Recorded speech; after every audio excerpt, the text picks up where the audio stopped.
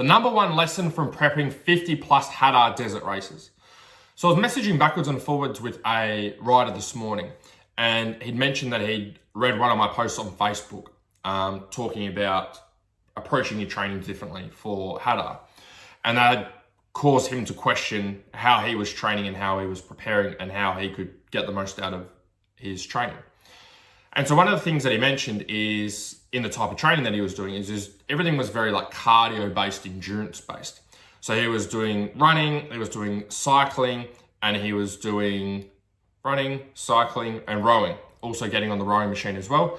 And then had some core work in there where he was doing like some planking and sit-ups and stuff like that. So very much like body weight based, endurance based training. Now, obviously, I guess for someone to be able to reach out who was already doing some training, they obviously haven't got the level of fitness that they need or that they're looking for when they have been out there on race day. They're still in the back of their mind, they're like, there's something there that I'm missing. There's other things there that I need to be able to work on. And I was much the same with my riding and racing over the years as well. And so the frustrating thing about that is when you do put a lot of work into your training and into your preparation, it's frustrating when you get to race day and you still don't have the level of fitness that you need. You still get fatigued, you still get tired, you're still not performing at the level that you'd like to be at. Because like when you don't do any training, when you don't do any work, it's fair to say that your expectation is that your fitness or your strength and your endurance is not going to be good because you haven't done anything. When you've actually put a lot of effort in, I think that's the frustrating part, is because you've actually tried, you've actually put the effort in, you've sacrificed time from other areas of your life to go and train and to put the effort in, and then to not be able to see it on race day is disappointing. Even if on the outside it looks like everything's going okay, or looks like you put in a good effort, or looks like you've performed well and got a good result, at the end of the day, you're always going to know on the inside whether you've actually performed to your potential or whether there was more that you were able to tap into. So I think the big aha moment for this particular rider was one of the posts that I put up regarding strength work and getting ready for Hattah. So for this rider, obviously they're focusing a lot on the cardio and core strength and getting their body performing well, okay, using body weight. The problem is though, when you go to Hattah, is if you're riding, say, a 250F or bigger, your bike's 100 kilos plus, right? So if you include like the oversized fuel tank, the steg pegs, maybe you've got a steering dampener, you've got other stuff on there, plus all your gear that you've got on your body, you've got a bike that's over 100 kilos. And then you've got your body weight on top of that. So if you're weighing in at 80 kilos and your bike's at least 100, you've got 180 kilos there. And so you need to be able to wrestle that 180 kilos around for 4+ hours out of Hattah at one of the probably toughest desert races that we've got in Australia. I think physically anyway. So for this particular rider, there's no amount of cardio that he can do. They're like, even if he like cranked up his sit-ups and he did 10 times more sit-ups than what he's doing, and he did planking 10 times longer, and he went and did his rowing, and he went and did his running, and he went and did his cycling, much longer than what he was doing at the moment. Let's say he did it 10 times. Let's go to the extreme and say that he quit his job, okay, and he got rid of his family, and all he did is just focus on this like it was, like he was getting paid for it. He still wouldn't be able to build the strength that he needs to be able to wrestle around 180 kilos. And so I guess that was the aha moment for him, is it caused him to be able to question what he was doing and how he was approaching his training and how he was thinking about it. I had this similar aha moment back when I was training and doing group fitness. So I started doing these group fitness sessions. Remember, we had this one particular workout that we were doing where we had to do about 3Ks of running. We had to do about 100 pull-ups, 200 push-ups, 300 squats, right? That was the whole workout. There was this one guy there that had a heap more muscle than me. I'd seen him lifting heavy weights at the gym before. And I was like, cool. I was like, I've got this bloke in the bag. Like, I'm definitely going to be able to beat this bloke. And I was more worried about the other guys, seeing who was skinnier and who was lighter and who looked like they'd be able to keep up with me. Long story short, this guy actually beat me in the workout. This guy did the workout somewhere between 35 to 40 minutes. Took me over an hour to get through this same workout. And so I thought, how could that be? How could that be that this bloke that's got more muscle than me, that lifts weights that are probably double the weight that I lift, how could this bloke have more endurance than I have? And so I was thinking that I needed to do more endurance and go down that endurance rabbit hole of, shit, I thought my endurance was good, but I just need to get it better and do more of it.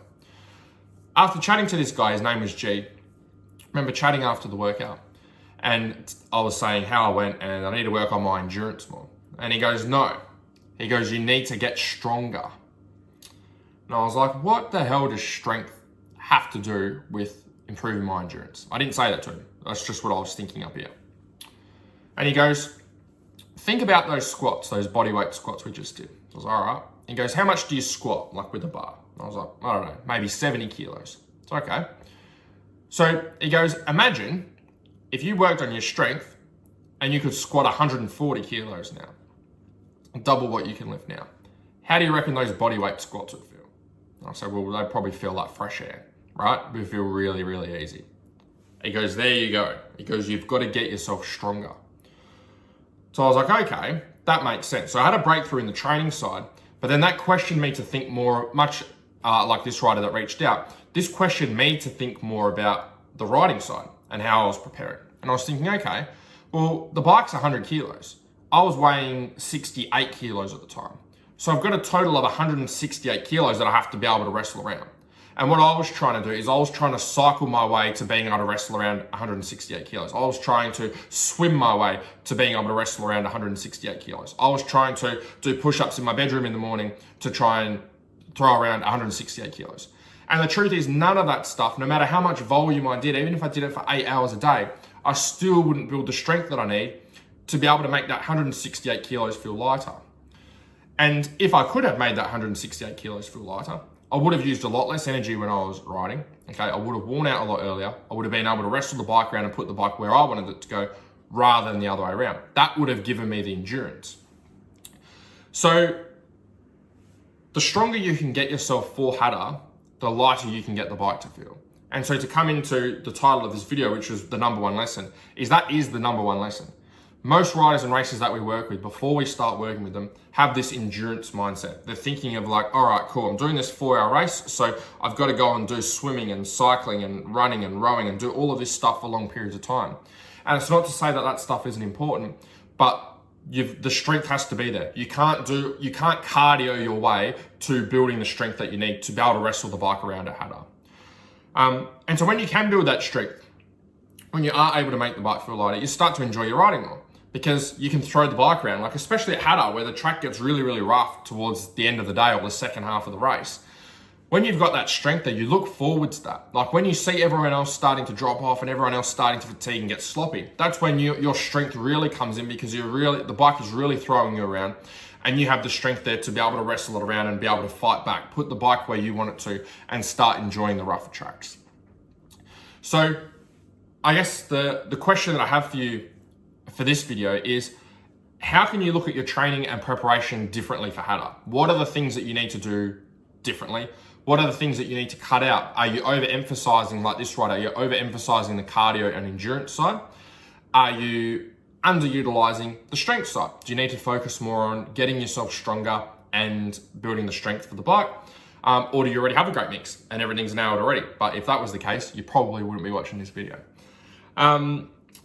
So if you would like some help getting ready for Hattah, you can DM me either on Facebook or Instagram with the word Hattah and I can send you some details. Otherwise, I'll chat to you guys soon. See ya.